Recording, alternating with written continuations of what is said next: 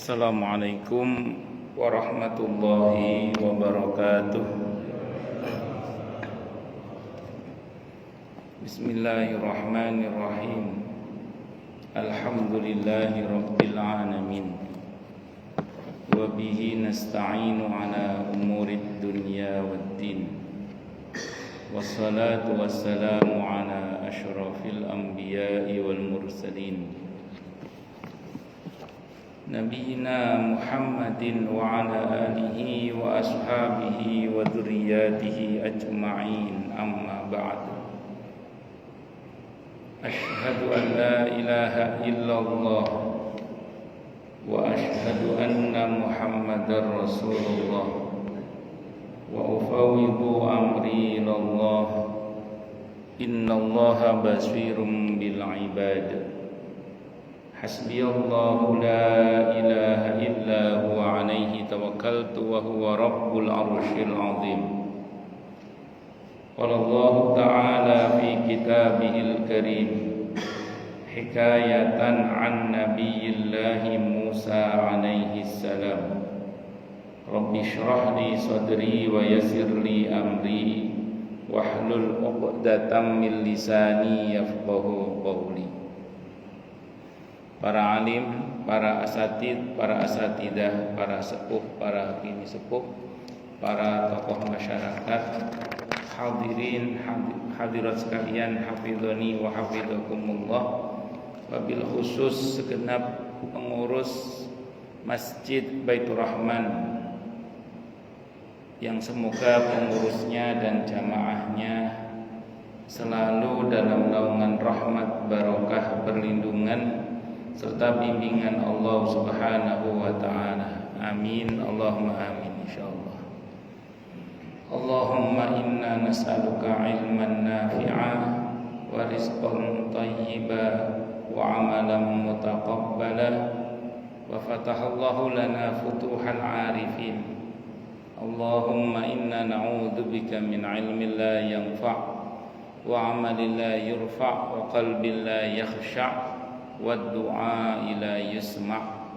Allahumma ati anfusana taqwaha wa zakkiha anta khairu man zakkaha anta waliyuha wa maulaha. Amin, Allahumma amin, insyaallah. Masih melanjutkan kajian kita tentang Sahih Hadis Qudsi.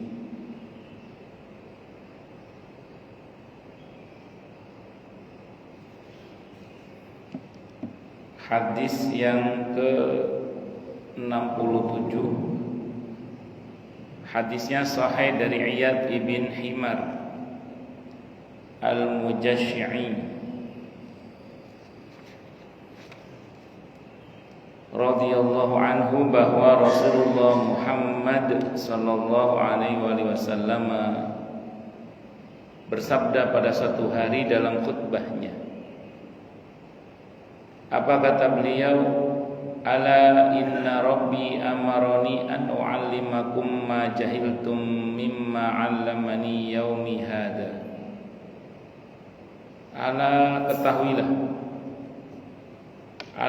ketahuilah, inna rabbi, sesungguhnya Tuhanku Allah, amaroni, telah memerintahkan aku, an u'allimakum, untuk mengajari kalian, ma jahiltum, apa-apa yang kalian tidak ketahui, mimma, dari apa-apa, alamani, yang Allah telah ajarkan kepadaku, yaumi hada, pada hariku ini. Karena di antara sifat Nabi adalah tabligh, menyampaikan apa yang diwahyukan kepada beliau, kepada umatnya, apa adanya dengan sebaik-baiknya. Itu para nabi tugasnya tabligh di antaranya. Sisa ya, jazakallahu khairan. Turun. Kullu malin nahaltuhu 'abdan halalun wa inni khalaqtu 'ibadi hunafa'a kullahum wa innahum atathum syayatinu fajtalathum an dinihim wa haramat alaihim ma ahlalat lahum wa amarat hum ayyushriku bima lam unzil bihi sultana wa innallaha nadhara ila ahli al-ardi famaqatahum arabahum wa ajamahum illa baqaya min ahli al-kitab wa qala innama ba'astuka li'abtaliyaka wa abtaliya bik wa anzaltu 'alaika kitaban la yaghsilhul ma taqra'uhu na'iman wa yaqdhan wa inna allaha amarani an uharriqa quraisyan faqultu rabbi idzan yaslaghu ra'si fayad'uhu khubzatan qala istakhrijhum kama istakhrajjuka wa ghzuhum nughzika wa anfiq fasanunfiqu alayka wab'as jaishan nab'as khamsatan mislahu wa qatil biman ata'aka man asaka qala wa ahlul jannati salasatun dzu sultanin muqsitun wa mutasaddiqun muwaffaqun wa rajulun rahimun raqiqul qalbi likulli dhi qurba wa muslimin wa afifun muta'affifun du'yalin qala wa ahlun nari khamsatun ad-dha'iful ladzi la zabra lahu alladhina hum fikum tab'an la yabtaghuna ahlan wala malan wal kha'inul ladzi la yakhfa lahu tama'un wa in taqa illa khanahu wa rajulun la yusbihu wa la yusmi illa huwa yukhadi'uka an ahlika wa malika wa dzakaral bukhla awil kadhiba washindiru al-fahashu. Jadi kata Allah dalam hadis qudsi ini, kata Nabi dalam hadis qudsi ini, setiap harta yang aku berikan kepada seorang hamba adalah halal. Sesungguhnya aku menciptakan hambaku semuanya dalam keadaan lurus. Pertama, apa yang Allah berikan kepada kita dalam bentuk harta atau dunia ini hukum asalnya adalah halal. Makanya kan kalau masalah muamalah itu, termasuk masalah makan dan minum, itu al-aslu fil muamalati al-ibahah hatta yadulla dalil ala tahrimiha. Hukum asalnya muamalah, termasuk dalam hal ini perkara harta, termasuk masalah makan minum itu. Pokoknya perkara-perkara yang sifatnya itu tidak langsung dengan Allah lah. Itu hukum asalnya adalah boleh hingga ada dalil yang melarangnya. Kalau ada orang nanya misalnya, ini kalau perkara muamalah ya, makanan ini halal apa haram? Maka rumusnya sederhana, selama tidak ada dalil yang mengharamkan ya berarti dia halal. Itu rumus dasarnya itu. Adapun nanti masih ada perdebatan itu ya beda bab. Kayak contoh misalnya ya, di Jawa Timur itu daerah Kediri terutama itu banyak keripik bekecot. Keripik bekecot banyak di Kediri. Karena kiai-kiai di Kediri itu kebanyakan menghalalkan bekecot. Tapi di daerah lain kayak daerah Malang misalnya itu kiainya mengharamkan bekecot. Kalau yang menghalalkan itu alasannya ya tadi itu, karena tidak ada dalil haramnya ya berarti halal. Hukum asal adalah halal. Al-aslu al-fil muamalati al-ibahah hatta yadulla dalil ala tahrimiha. Hukum asalnya muamalah itu ya boleh hingga ada dalil yang mengharamkannya. Karena tidak ada dalil yang mengharamkan berarti halal. Tapi kata ulama-ulama atau kiai-kiai di Malang itu jawabannya gini. Ya tapi bekecot itu kan tidak termasuk dalam kategori belalang dan ikan. Kalaupun halal bekecot itu, dia tidak termasuk dalam kategori ikan dan belalang. Berarti dia harus disembelih. Ya pertanyaannya, itu yang dimasak itu disembelih apa enggak itu kira-kira? Itu. Jadi kalau kata hukum asalnya halal mungkin. Dan kalaupun halal berarti cara makannya harus disembelih. Kenapa? Karena dia bukan ikan, dia juga bukan belalang. Nah, itu sudah perdebatan ya. Nah, kalau saya ditanya, kalau Ustaz bagaimana? Mangan liyane akeh sing akeh. Mangan liya, makan yang lainnya jangan lebih banyak yang jelas-jelas halalnya. Ngoten nggih. Tapi kalau tutut sawah itu banyak yang menghalalkan kalau itu. Walaupun mungkin saja ada yang mengharamkan. Tapi secara umum dia dihalalkan karena dianggap seperti ikan atau apalah istilahnya begitu. Ya wallah, kadang-kadang dia hidup di air. Ya wallahu alam bisawab. Nah, itulah perdebatan. Tapi hukum asalnya halal. Kalau kita ngomong hukum asalnya halal sampai ada dalil yang mengharamkannya. Nah, demikian juga nanti kalau kita berkaitan dengan muamalah-muamalah yang sifatnya maliyah gitu. Ya, ada orang mau buka usaha ini, usaha itu, usaha ini, usaha itu, macam-macam. Sekarang model usaha apalagi ada online dan macam-macam. Maka rumusnya sederhana. Ya hukum asalnya boleh gitu aja. Hingga ada dalil yang melarangnya gitu aja. Selagi tidak ada dalil yang melarang ya berarti boleh gitu aja.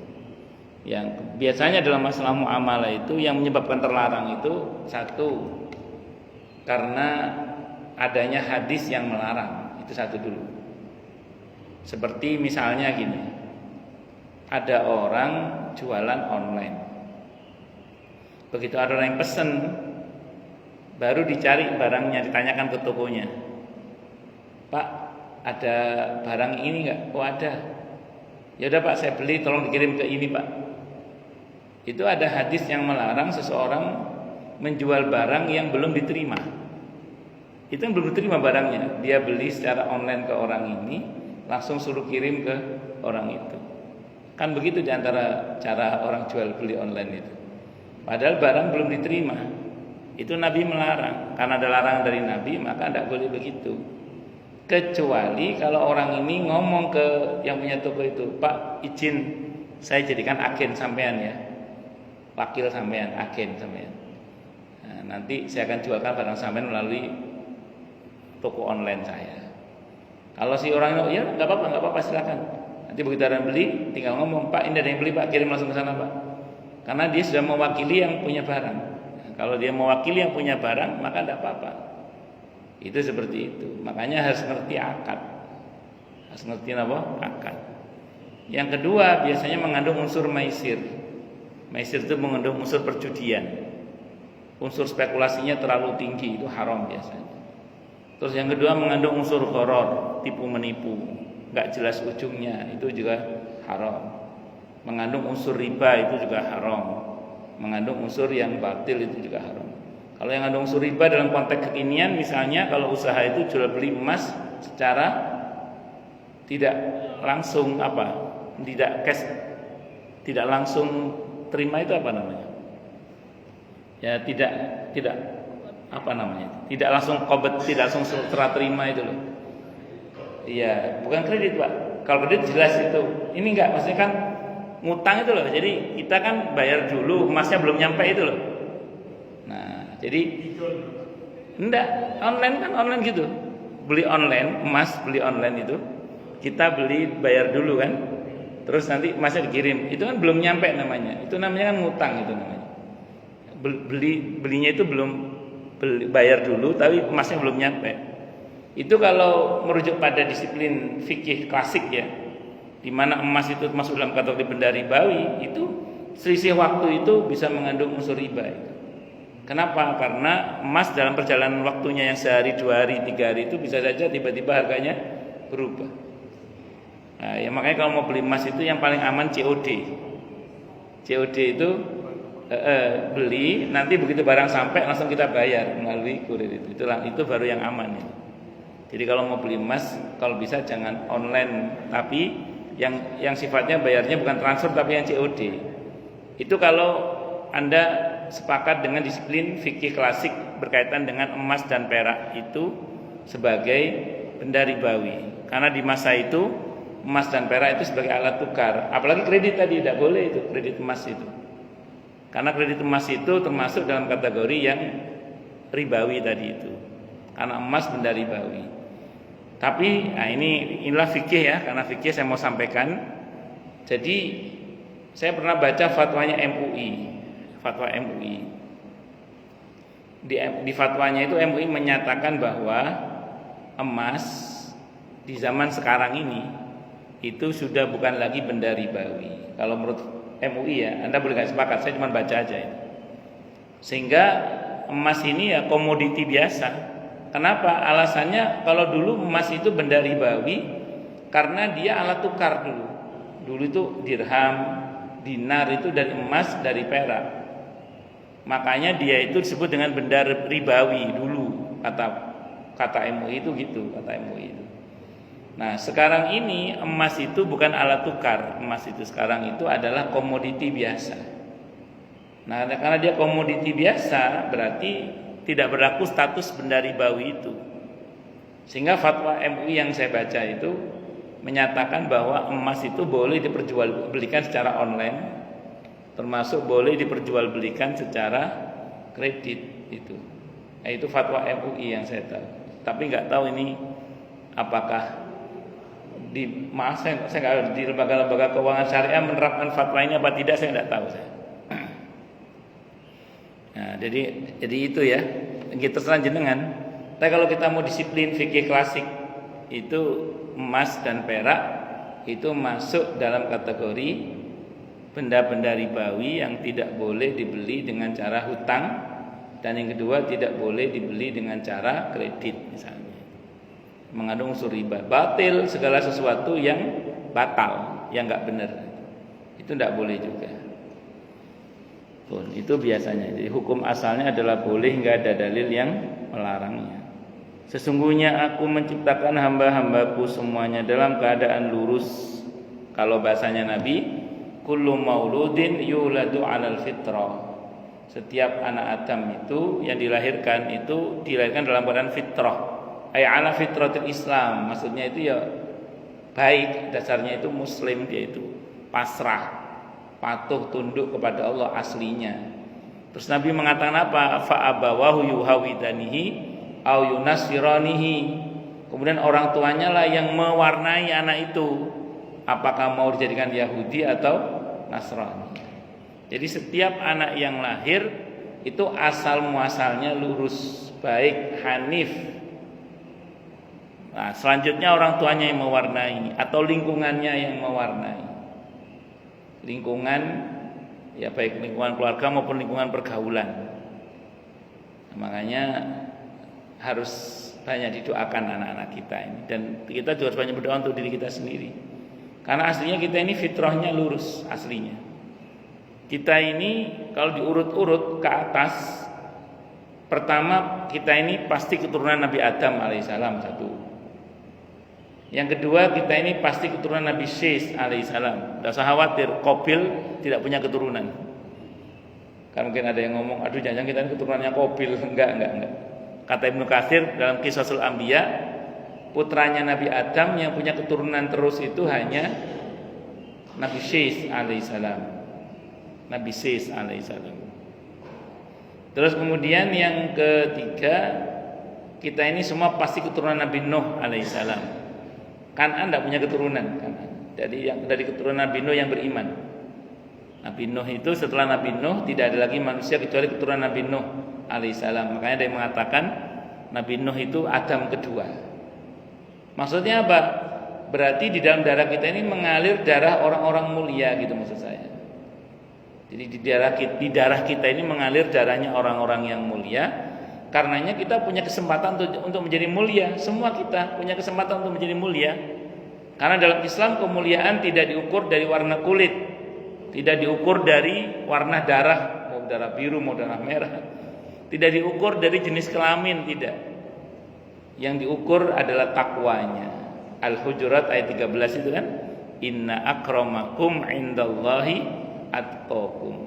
Sesungguhnya yang paling mulia di antara kalian di sisi Allah adalah yang paling bertakwa.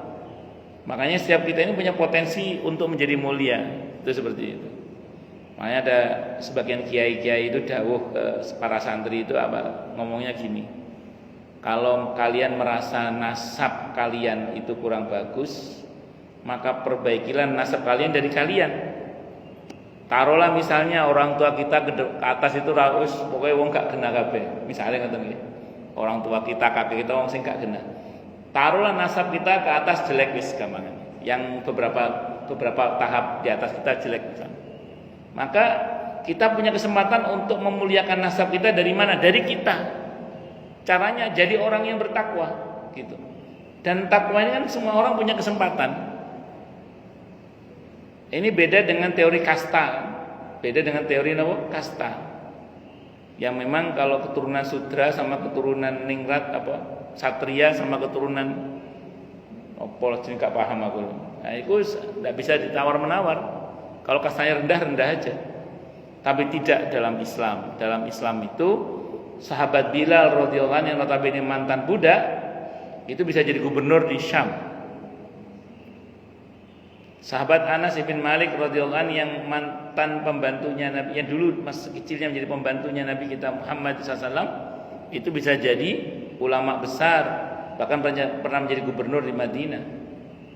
Terus kemudian sahabat Abdullah bin Mas'ud radhiyallahu anhu yang tadinya di antara tugasnya adalah membawa sendalnya Nabi kita Muhammad SAW kalau lagi kajian itu, kita akan jadi ulama besar, bahkan menjadi ulama madhab di dalam kalangan para sahabat.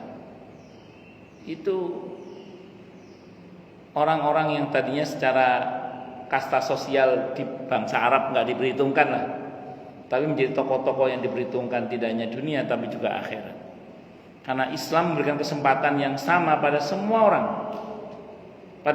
orang untuk bisa menjadi orang yang mulia melalui jalur takwa tadi itu. Inna akramakum indallahi atqakum. Atau melalui jalur ilmu dan iman, yarfa'illahu alladhina amanu minkum walladhina utul ilma darajat. Jadi akan diangkat derajatnya oleh Allah adalah orang yang beriman dan berilmu sekaligus. Silakan siapa, ini semua orang punya hak.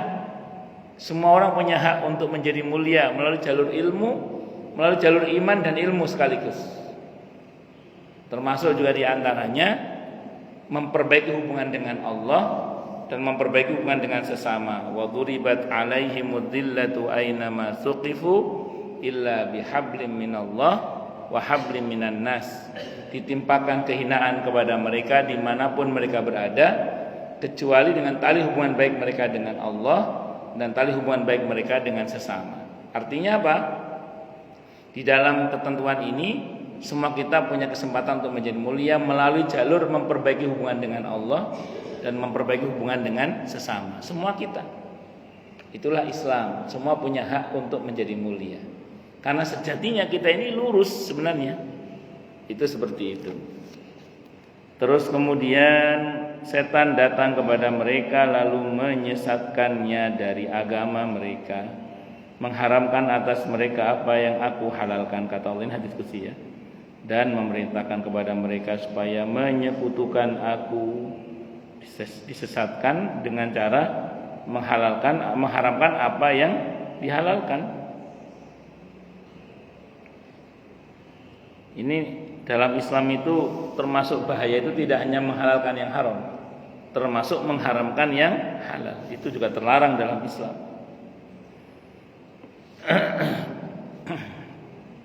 Ada orang itu ngomong gini, ngaji di sana aja bagus, apa-apa dilarang. Izin minum dulu nggih.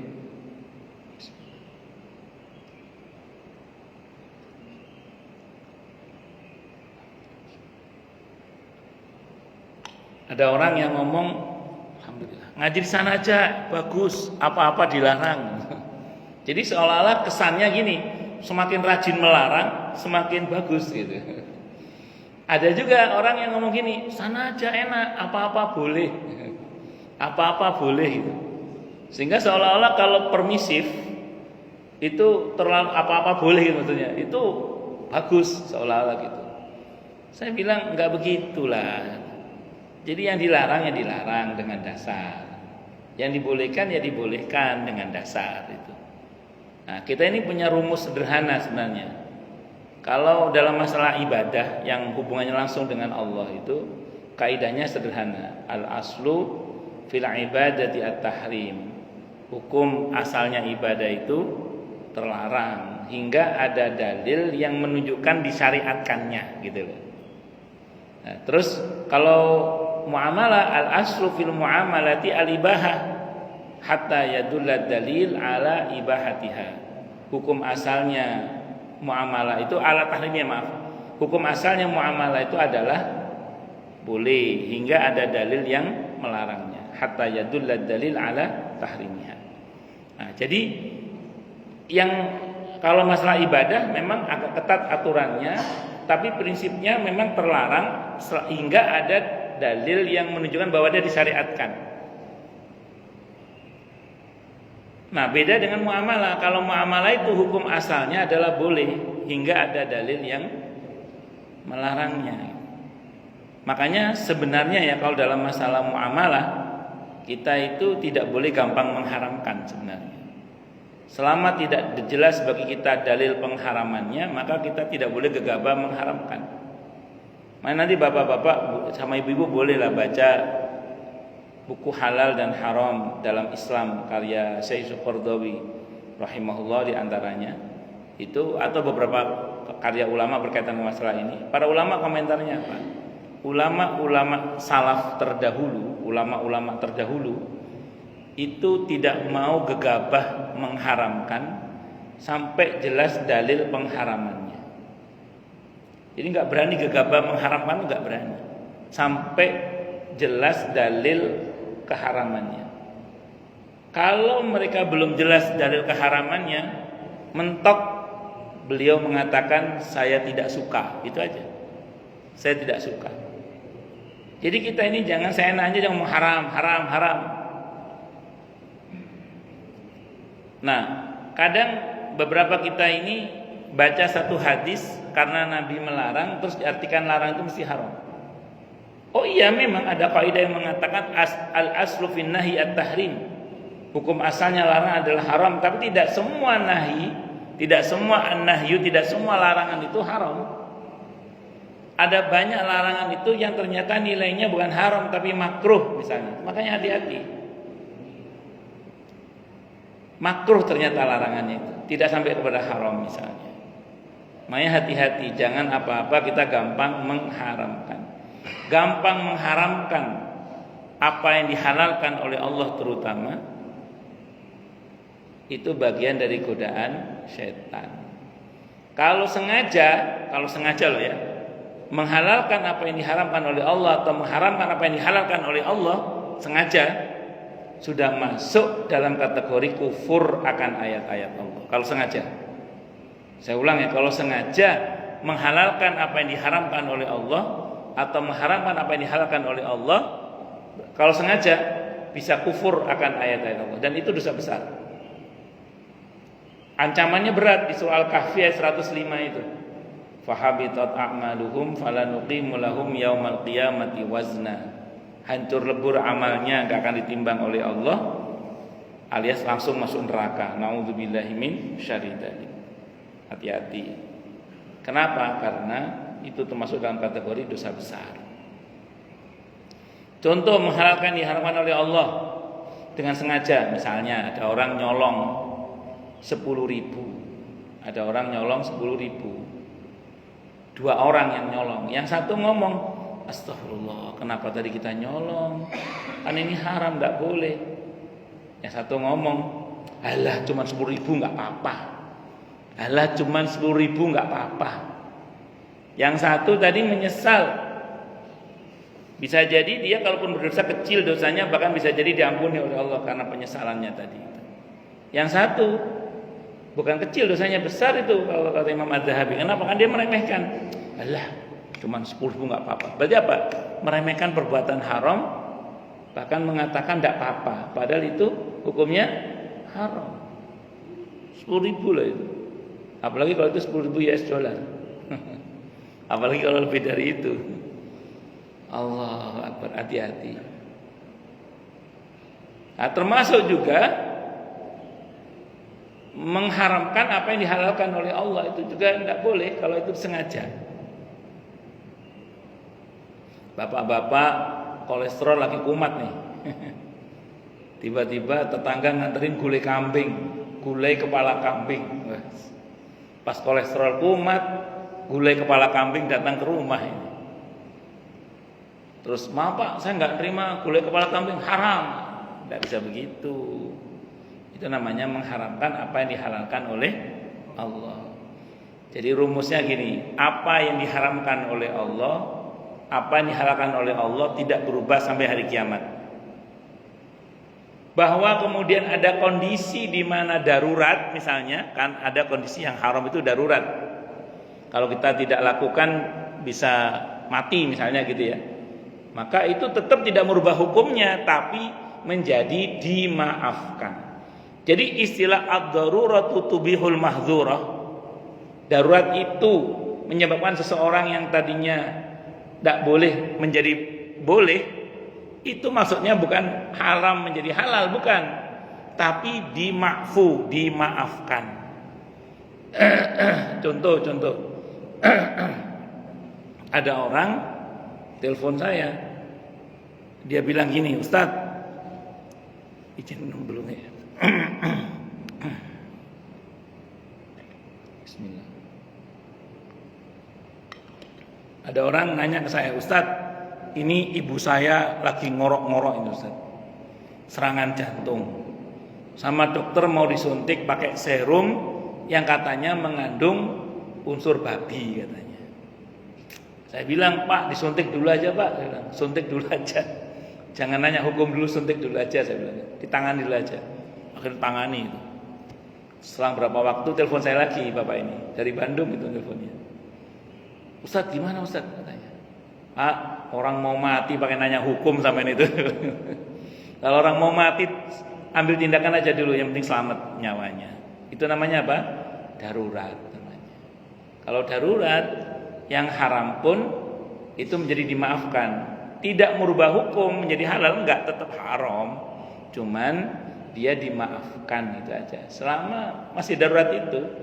Makanya dikatakan faman itu ghairu baghin wala adin fala isma alaih. Yang penting tidak berlebihan aja.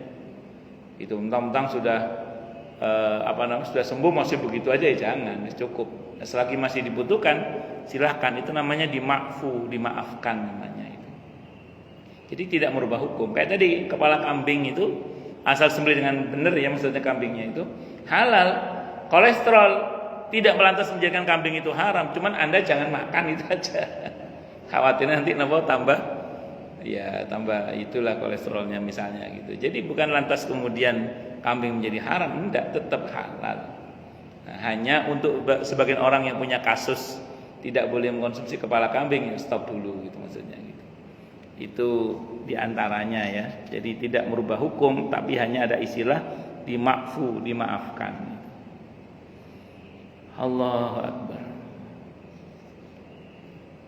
Terus kemudian dan memerintahkan kepada mereka supaya menyekutukan aku, syirik, menyekutukan Allah, menganggap ada yang sama selain Allah dengan Allah, itu syirik namanya.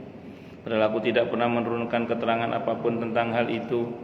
Sesungguhnya Allah, nabi pertama yang memerangi kesyirikan adalah Nabi Nuh alaihissalam. Sesungguhnya Allah memandang penduduk bumi, lalu Dia murka kepada mereka, baik yang Arab maupun yang ajam non Arab, kecuali sisa-sisa dari ahlul kitab. Dan Dia berfirman, sesungguhnya aku mengutusmu untuk mengujimu dan menguji orang-orang lain denganmu. Aku menurunkan kepadamu sebuah kitab yang tidak dapat terlepas, yang tidak dapat terhapus oleh air. Kamu membacanya dalam keadaan tidur dan terjaga. Sesungguhnya Allah ini menunjukkan, ini sebagai dalil ya, bahwa orang baca Al-Quran sambil tidur boleh. Orang baca Al-Quran sambil tidur boleh. Al-Quran itu nggak bisa hapus oleh air, maksudnya apa? Banyak dihafal. Kalau kitab sebelah itu kan susah dihafal, bahkan tidak bisa. Bahkan sering ada tantangan, tunjukkan satu saja tokoh agama sebelah yang hafal satu kitab sucinya utuh, nggak ada. Tapi kalau muslimin yang hafal 30 juz, bukan cuma banyak, banyak. Di Indonesia ini wilayah yang paling banyak penghafal Quran itu daerah Demak. Di Demak itu satu keluarga itu bisa 1 orang, 2 orang, 3 orang, sampai 5 orang kadang hafal Quran semua. Di Demak itu walaupun terkenalnya kayak Arwani Amin rahimahullah di Kudus, dan beliau juga banyak memproduksi penghafal Quran sebagaimana di pesantren Kerapiak Kiai Munawir rahimahullah itu juga banyak memproduksi penghafal Quran. Cuman realnya masyarakat yang banyak penghafal Qurannya itu Demak. Nah, Demak itu rata-rata, saya pernah ngobrol sama orang sana itu, rata-rata di rumah, hampir setiap rumah Muslim itu pasti ada penghafal Qurannya, walaupun 1, 2, 3, bahkan 5 itu menghafal Quran semua, 30 juz rata-rata di Demak itu, Masya Allah. Dan tidak bisa dihapus dengan apa, air, maksudnya nggak bisa, karena banyak dihafal. Beda sama kitab suci sebelah itu seperti itu. Kalau yang asli ya kitab suci kita juga, karena kan harus kita imani, walaupun tidak ada kewajiban kita mengamalkan karena sudah ada Al-Qur'an itu. Maksudnya kitab sebelah itu ya yang ada sekarang ini, sudah dirubah-rubah itu. Allahu Akbar. Ini dalil tadi ya, bahwa boleh orang baca Al-Quran sambil tidur, sambil duduk, sambil berdiri, itu boleh, karena kategorinya zikir.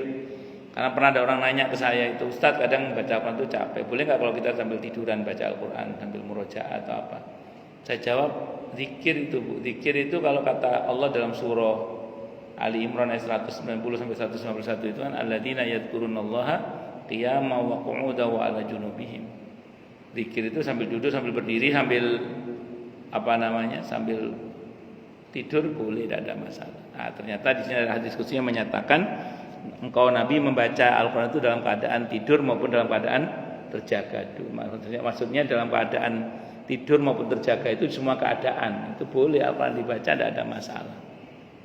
Allahu Akbar. Sesungguhnya tentu kalau kita bicara kesempurnaannya ya punya wudu, menghadap kiblat, kita baca secara baik-baik, tutup aurat dan seterusnya. Tapi kalau enggak dalam semua keadaan dibaca tidak ada masalah. Sesungguhnya Allah memerintahkanku supaya aku membakar Quraisy. Aku mengatakan wahai Rabbku, kalau begitu mereka akan memukul kepalaku dan membiarkannya hancur berkeping-keping. Dia Allah berfirman, usirlah mereka sebagaimana mereka mengusirmu. Perangilah mereka, kami akan menolongmu. Berinfaklah, kami akan memberi karunia kepadamu. Utuslah sesuatu pasukan, kami akan mengutus 5 kali lipatnya. Perangilah orang-orang yang mendurhakaimu bersama orang-orang yang mentaatimu. Nah, ini konteksnya membalas apa yang dilakukan kepada Nabi kita Muhammad SAW. Jadi gini, Nabi itu 13 tahun full dizalimi oleh orang-orang Quraisy tanpa ada perlawanan sama sekali. Jadi Nabi itu selama di Mekah 13 tahun itu ketika dizalimi tidak melawan sama sekali, full, tidak ada perlawanan. Sabarnya itu diam Nabi itu selama di Mekah 13 tahun. Sejak Nabi dakwah, terus dengan aneka macam kezaliman yang dilakukan oleh orang-orang kafir Quraisy kepada Nabi kurang lebih selama 13 tahun itu full Nabi dan para sahabat tidak melawan sama sekali. Tidak melawan sama sekali. Sabarnya betul-betul sabar yang tidak melawan. Tapi begitu Nabi hijrah ke Madinah, kan Nabi terusir itu hijrah ke Madinah, sabarnya Nabi melawan. Jadi ada contoh sabar yang tidak melawan periode Mekah, ada contoh sabar yang melawan periode Madinah. Jadi dengan kondisinya yang mana? Kalau tidak sanggup melawan ya sudah, sabarnya diam. Bisa apa kita? Bisa apa kita? Hanya bisa doa ya doa. Tapi bagi Anda yang bisa melawan, silahkan melawan. Jadi sabarnya sabar yang melawan. Itu satu dulu. Ada 2 tipologi. Pendapat yang pertama begitu. Yang kedua itu gini penjelasan para ulama. Dulu di Mekah Nabi tidak punya kekuatan militer yang signifikan, tidak punya kekuatan politik yang signifikan. Begitu di Mekah, di Madinah Nabi punya kekuatan politik itu. Walaupun masih kecil saat itu, tapi masih sudah bisa melawan. Maka menjadi perintah untuk melawan, sehingga kemudian beliau melawan itu. Jadi ketika kita belum punya power, sabarnya ya diam aja. Kalau punya power, jangan diam aja, melawan. Jenengan punya power, punya kekuasaan, punya kemampuan untuk melawan, diam. Bukan sabar itu, pengecut namanya. Ya, kalau punya power, lawan, bismillah. Itu seperti itu. Tentu dengan kekuatan yang kita miliki dengan izin Allah. Itu yang kedua, analisa sejarahnya gitu. Yang terakhir, yang ketiga itu kata para ulama, intinya satu, Nabi itu di Mekah tidak melawan karena belum ada perintah melawan. Makanya ayat-ayat jihad perang itu tidak turun di Mekah. Ayat-ayat jihad itu turunnya di Madinah. Jadi ayat-ayat jihad itu turunnya di mana? Di Madinah, bukan di Mekah. Nah, di Mekah ini belum ada perintah jihad, belum ada perintah melawan. Makanya Nabi tidak melawan. Ya, di Mekah, di Madinah ada perintah melawan, Nabi melawan. Jadi melawan dan tidak melawannya Nabi itu karena nunggu perintah. Nah, tadi kalau untuk kita bagaimana taunya Ustaz tadi, padahal potensi kemampuan diri. Kalau Anda tidak bisa melawan, ya sudah sabar, diem wis. Donga sing berdoa yang baik-baik untuk kita. Nah, sementara kalau misalnya kita punya kemampuan untuk melawan, ya lawan, jangan tidak melawan. Itu seperti itu. Bisa dimengerti ya, insyaallah nih. Ya, tapi alhamdulillah kita ada contoh. Jadi diem tanpa melawan ada contohnya. Yang ngelawan juga ada contohnya. Masing-masing silakan dipilih.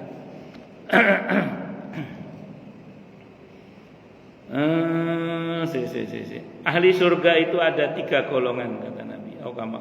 Aukamakal. Yang pertama ini ahli surga. Yang pertama penguasa yang adil, bersedekah lagi mendapatkan taufik. Adilnya penguasa dalam hadis ini adalah adil yang muqsit. Muqsit itu apa? Adil yang win-win solution. Adilnya itu happy ending. Jadi win-win solution, happy ending itu adil yang muqsit. Pemimpin yang ahli surga adalah pemimpin yang adilnya itu muqsit, bukan adlun tapi muqsitun. Jadi kalau panjenengan menjadi seorang pemimpin yang ketika ada masalah mikirnya bagaimana caranya supaya semuanya baik, maka itulah pemimpin yang muqsit. Jadi tidak hanya sekedar main sikat saja, tapi lebih kepada mikir bagaimana sekiranya semuanya itu baik gitu loh. Misalnya ada PKL kaki 5 makan trotoar sama bau jalan sehingga menimbulkan kemacetan. Yang dipikir itu nggak cuman gusur, nggak cuman gitu. Tapi bagaimana caranya mereka ini semuanya dapat solusi gitu loh. Jadi yang nyari rezeki ya dapat solusi, yang membutuhkan jalan juga tidak kena macet. Itu dipikir. Jadi nggak cuman sekedar main gusur aja gitu.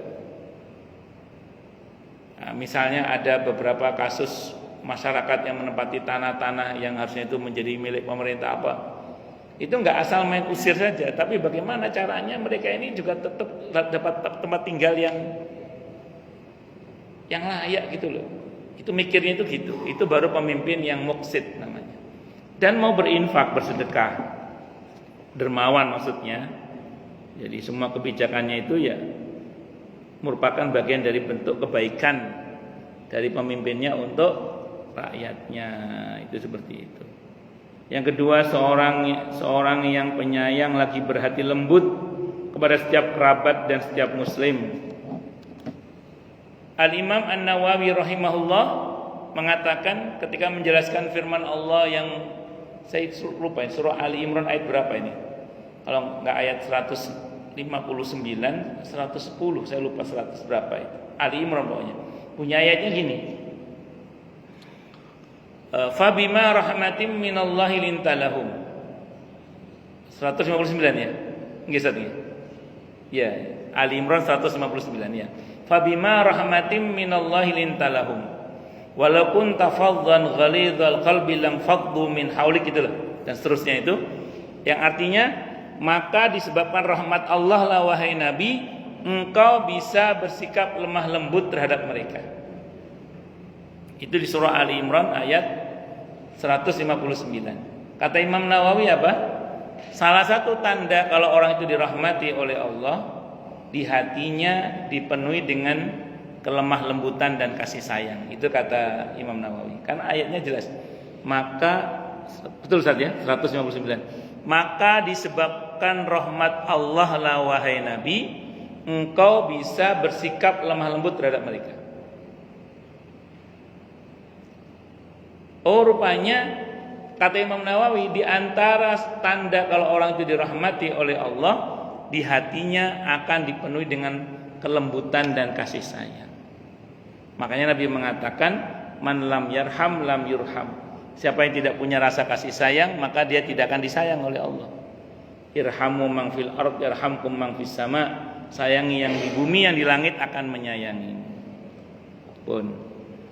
Terus kemudian yang ketiga, orang yang menjaga diri dari perbuatan haram dan meminta-minta padahal dia memiliki banyak tanggungan. Jadi di antara ciri ahli surga itu adalah menjaga diri dari hal-hal yang diharamkan oleh Allah dan meminta-minta padahal dia memiliki banyak tanggungan. Kalau bahasa sederhananya, kemiskinan tidak membuat dia menghalalkan segala cara, gitulah kalau bahasa sederhana. Jadi kemiskinan tidak membuat dia menghalalkan segala cara. Ada orang dalam kondisi fakir atau miskin, yang dipikir tetap rezeki yang halal. Maka bersyukurlah kepada Allah bagi yang punya pemikiran seperti itu, karena itu diantara ciri ahli surga. Jadi ahli surga itu selalu mempertimbangkan halal haram. Karenanya bagi seorang muslim ketika berbisnis itu tidak hanya melulu soal untung rugi, tapi soal dunia akhirat. Nah, dari tiga ini, satu, tidak semua kita pemimpin dalam pengertian pemimpin wilayah maksudnya ya. Kalau setiap kita pemimpin iya, tapi tidak semua kita kan pemimpin wilayah. Tidak semua kita masuk lah ya. Kemudian yang kedua, punya sifat lemah lembut dan kasih sayang tadi pada sesama muslim, pada karib kerabat. Mudah-mudahan kita masuk yang ini ya. Amin insyaallah, mudah-mudahan. Ada kelembutan, ada kasih sayang pada sesama muslim, terutama pada karib kerabat, bahkan kepada seluruh makhluk. Kemudian yang ketiga, fakir, miskin, yang orientasinya tidak menghalalkan segala cara. Pokoknya tetap berusaha yang halal. Secara umum yang pernah mengalami ini bersyukurlah pada Allah. Jadi walaupun maaf dalam kondisi butuh sekalipun, tidak tipu sana, tipu sini, tidak curang sana, curang sini, dia tetap berusaha untuk jujur. Nah, ini luar biasa. Yang pernah miskin seperti ini ya masuk. Ya kalau kategorinya peduli halal haram berarti masih aman lah. Kita ini insya Allah masih aman. Bahwa kadang kepleset itu biasa. Yang penting segera tobat, minta ampun kepada Allah. Ini karena manusia itu tempatnya salah. Tapi orang yang baik kata Nabi bukan yang tidak pernah bersalah kan, tapi yang pernah berbuat salah lebih segera bertobat minta ampun kepada Allah. Kullu bani Adam khata'un wa khairul khata'in at-tawwabun. Setiap anak Adam itu potensi salah, dan sebaik-baik yang salah adalah yang segera bertobat. Sementara ahli neraka itu ada 5. Yang pertama, orang lemah yang tidak memiliki akal yang dapat mencegahnya dari perbuatan haram, yang mana mereka adalah para pengikut di tengah-tengah kalian. Mereka tidak mencari istri dan tidak pula harta. Dalam hal ini mereka yang tidak mau, tidak berdaya mencegah diri dari berbuat yang haram. Maksudnya apa? Remnya blong, dol. Asal pengen berbuat haram, berbuat aja, udah nggak ada remnya sama sekali. Nggak ada remnya sama sekali. Termasuk di sini contohkan adalah mereka yang tidak mau menikah dalam pengertian berbuat zina maksudnya. Dan tidak mau bekerja maksudnya dia ngambil hak orang lain gitu. Naudzubillahi minasyarri dzalik. Hati-hati. Jadi kalau sampai kita untuk berbuat haram tidak ada remnya sama sekali, itu ciri ahli neraka. Tapi kalau masih ada remnya, masih ada takut pada Allah, astagfirullah, masih ada perlawanan lah. Bahwa kadang orang remnya dol ya. Yang penting segera tobat minta ampun kepada Allah. Yang kedua, pengkhianat. Yang bila memiliki suatu keinginan meskipun kecil niscaya dia pasti mengkhianatinya. Ya, barang kecil pun dikhianati. Barang-barang kantor bawa pulang semua, pulpennya kantor, spidolnya kantor bawa pulang semua. Padahal itu bukan milik dia, milik kantor. Wape gomule. Dulu ada pembantu rumah tangga di Surabaya. Saya masih di Surabaya ngajar jamaah saya. Jamaah saya itu banyak pembantu. Sekali pembantunya pulang itu mesti ada yang hilang, entah sendok, entah entong, entah piring. Satu saat pas dia mau pamit pulang kampung, dibuka tasnya, benda-bendanya ada di situ semua. Khianat namanya. Kan perkara-perkara yang tidak hanya skala besar, skala kecil pun itu khianat, tidak enggak benar itu. Allahu Akbar. Yang ketiga, orang yang setiap pagi dan petang selalu menipumu tentang keluargamu dan hartamu. Penipu. Siang malam kerjaannya nipu sana nipu sini. Isuk dele sore tempe, mencela-mencele. Katanya begini janjinya, ternyata nggak cocok dengan janjinya. Itu penipu namanya. Yang keempat, beliau juga menyebutkan kebakhilan dan kedustaan. Jadi ada satu ayat beliau menyebutkan senang orangnya pelit, sudah begitu suka bohong. Kalau pelit itu udah pasti masuk neraka lah kalau pelit itu. Karena ada ayat Quran yang mengatakan, "Masalakakum fi saqar?" Apa yang buat kamu masuk neraka saqar? Qalu lam nakum minal musallin wa lam nakun nut'imul miskin. Dulu saya tidak sholat dan saya dulu tidak peduli memberi makan orang-orang miskin. Maksudnya pelit. Orang pelit pasti masuk neraka. Cuman ukuran pelit itu saya sering sampaikan di sini ya. Ukuran pelit itu bukan memberi atau tidak memberi pengamen, bukan. Ukuran pelit bukan memberi atau tidak memberi pengemis, bukan itu. Ukuran pelit itu adalah kalau kita terhadap yang wajib terkait dengan harta kita nggak peduli. Zakat nggak peduli, bayar utang nggak peduli, gaji karyawan seenaknya, nafkah ke anak istri, pelit misalnya. Itu baru namanya pelit itu. Nah, tapi kalau soal memberi atau tidak memberi pengemis itu terkait dengan yang penting satu, jangan dihina mereka. Yang kedua, yang sunnah-sunnah jalan, masjid, musola, majelis taklim ada, itu baru namanya nggak pelit. Nah, jadi pelit atau tidak pelit ukurannya bukan soal memberi atau tidak memberi pengamen atau pengemis, bukan itu. Kalau itu terserah jenengan, kasih boleh, enggak ya nggak apa-apa. Yang penting jangan dihina, itu aja. Dan yang kelima, orang yang berakhlak jelek lagi berkata kotor, peranginya buruk, omongannya jelek juga. Allah. Hadisnya riwayat Muslim. Wallahu a'lam bishawab. Nggih, monggo silakan yang mau tanya, protes. Nggih, monggo, Pak. Waalaikumsalam warahmatullahi wabarakatuh. Masa lalu? Oh, kredit.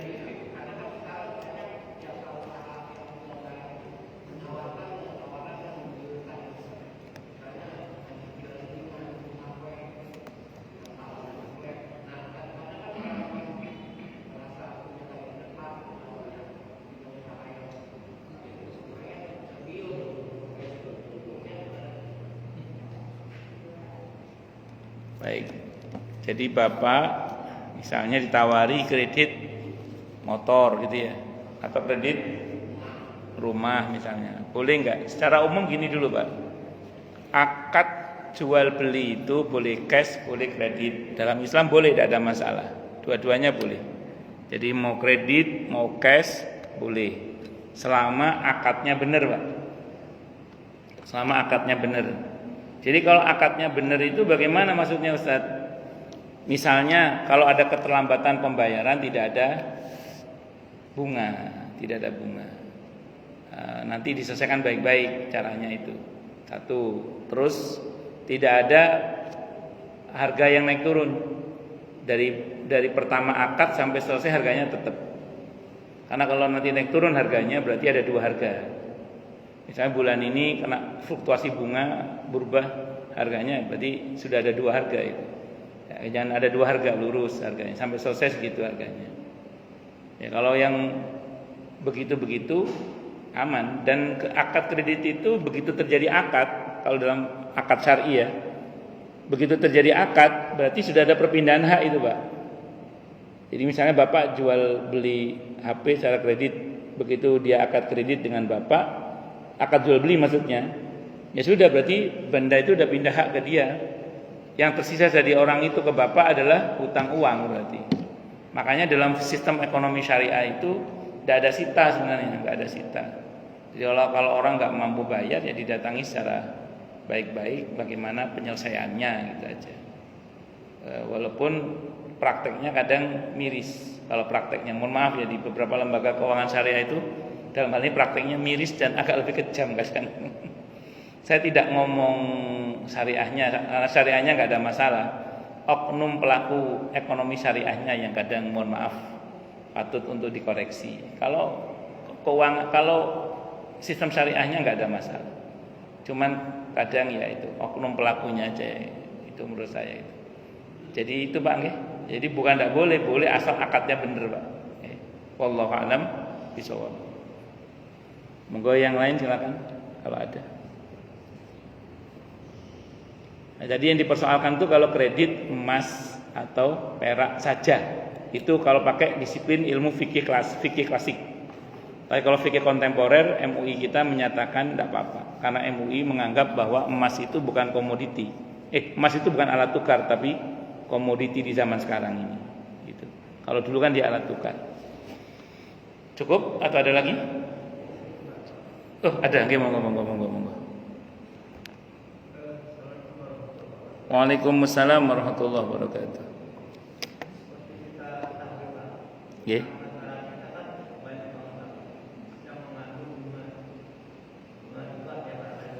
Nggih.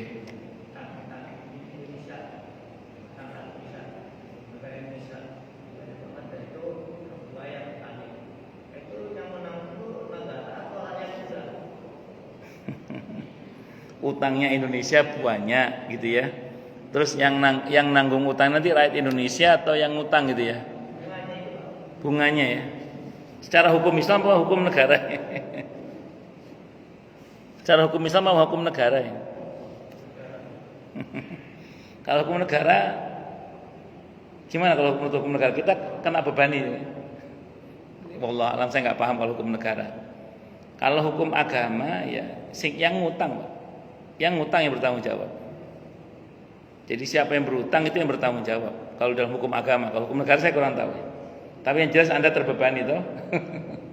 Ya kena inflasi, kena beban pajak, Pak, ini macam-macam.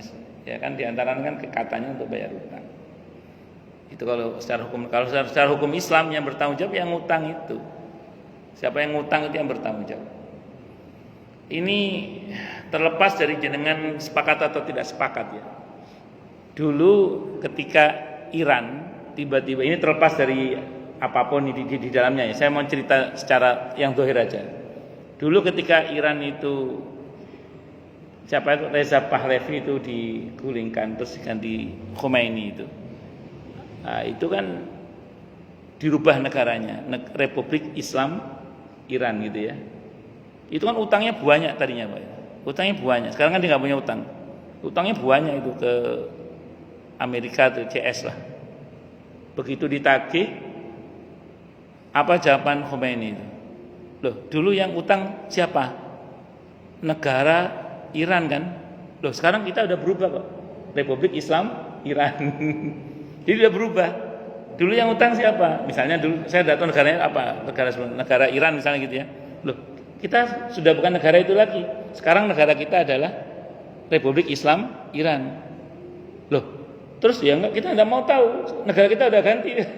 Coba itu. Akhirnya mentok-mentok ditanyakan. Dulu yang tanda tangan di utang itu siapa? Reza Pahlavi. Lah itu orangnya ada, tangkap aja. Ya Pak. Itu terlepas dari siapa mereka ya. Tapi itu terjadi itu di Iran itu. Itu seperti itu. Jadi begitu mau ditagih oleh Bank Dunia atau oleh Amerika CS itu, ya Khomeini jawabannya gitu. Loh, dulu yang utang negara apa? Negara Iran. Loh, sekarang kita udah berubah kok. Republik Islam Iran. Berubah toh? Loh, tapi kan ini enggak gini aja, itu yang tanda tangan siapa di situ? Reza Pahlavi. Ya udah tangkap itu orangnya ada. Jadi kalau kita mau gitu ya gampang, Pak. Siapa yang utang? Nah, itu ada orangnya. Beberapa kan masih hidup yang orang yang utang itu. Tangkap aja itu. Kalau punya nyali. Ngoten Pak nggih? Wallahu a'lam. Bisa. Jadi kalau yang saya pahami, yang wajib bayar utang ya yang utang itu. Kita kan mana tahu kita ini kan kalau nggak utang kita juga bisa kok sebenarnya kan. Mendasar kemaruh utang aja kan. Itu seperti itu. Wallahu a'lam bishawab. Ya memang kesini ini memang ada kejahatan moneter yang luar biasa memang. Bagaimana orang yang mau mencetak uang itu harus punya cadangan. Kalau dulu emas, sekarang nggak emas pun juga nggak apa-apa. Ya, pakai dolar. Nah, pinjam dolarnya ke Bank Dunia, dolarnya nggak boleh dipakai, bunganya terus. Kan itu kejahatan moneter sebenarnya. Itu seperti itu. Wallahu a'lam bishawab. Ada lagi? Nggih, monggo.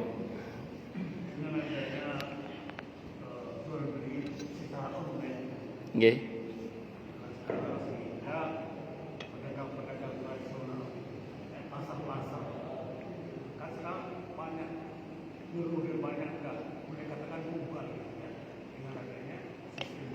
Iya.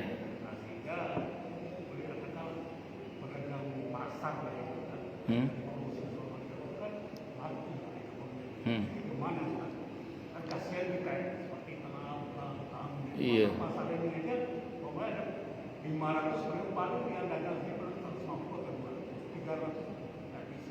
Iya. Kan kasihan kita, bagaimana ini pemerintah membuat sistem ini. Iya, Pak, ini arusnya bukan hanya soal lokal Indonesia, Pak. Ini membumi sudah, membumi. Saya juga nggak ngerti itu bagaimana, karena itu ya. Gimana konsekuensi? Dulu kita tahu kan, bagaimana kemudian angkot itu begitu berjayanya, begitu kena online, tahu sendiri bagaimana nasibnya angkot. Itu baru angkot, belum lagi taksi. Dulu sekelas Bluebird dan lain, sekarang Bluebird masih eksis sih, cuman beberapa kan harus merger dengan aplikasi-aplikasi itu. Jadi ya itulah sunnatullah kali Pak. Kalau bahasa Al-Qur'annya watilkal ayyamu nudawilha bainan nas. Itulah hari-hari di mana kejayaan dan kejatuhan itu dipergilirkan oleh Allah. Ya, dulu ada masa di mana mereka yang offline jaya, sekarang yang online yang jaya. Tapi ya lagi-lagi semua ada masa jaya dan jatuhnya. Itu semuanya itu sunnatullah itu Pak, saya kira. Agar tidak ada satupun orang yang jumawa atau sombong, saya kira itu. Wallahu a'lam bishawab. Dan memang kalau kita bicara muamalah, kita memang harus dinamis, Pak. Kalau muamalah itu mesti dinamis. Kalau nggak dinamis ya repot. Tapi ada satu hal yang menarik, Pak. Yang konvensional pun asal enak itu dicari, Pak. Asal terpercaya dan enak itu dicari, Pak. Saya itu punya kenalan tukang bakso. Laris itu, sore aja udah habis. Saya nanya, nggak ada Grab-nya Pak? Enggak, katanya. Nggak ada ojek-gojeknya? Enggak, katanya. Sebelum nggak gabung sama GrabFood, nggak gabung sama GoFood atau ShopeeFood atau apalah food itu, nggak gabung dia. Kata dia Pak, gini aja saya udah kewalahan katanya. Gini aja, karena dia enak Pak. Kalau enak itu dicari Pak, kalau enak itu. Malah pedagang-pedagang online itu malah kulaan sama dia gitu. Itu begitu. Makanya itu kompetisinya Pak. Disitulah kompetisinya. Asal kita bagus barangnya dan berkualitas, insya Allah dicari Pak. Walaupun kita tidak berjualan secara online, insya Allah. Saya kira itu nggih. Wallahu a'lam. Cukup dulu nggih? Atau ada lagi? Cukup nggih, kita tutup dengan hamdalah. Alhamdulillahirabbil alamin. Semoga kajian kita bisa bermanfaat, mubarakah fi dini wa dunya wal akhirah untuk kita, keluarga kita dan seluruh umat Islam semuanya. Dan mudah-mudahan kita semua dijadikan oleh Allah sebagai orang-orang yang sukses dunia akhirat, selamat dunia akhirat, bahagia dunia akhirat, dan dipermudah setiap urusan kita oleh Allah fi dini wa dunya wal akhirah. Semoga Allah limpahkan hidayah selalu untuk kita, semoga Allah tingkatkan selalu hidayah untuk kita, dan semoga Allah berikan hidayah untuk siapapun yang melihat kita.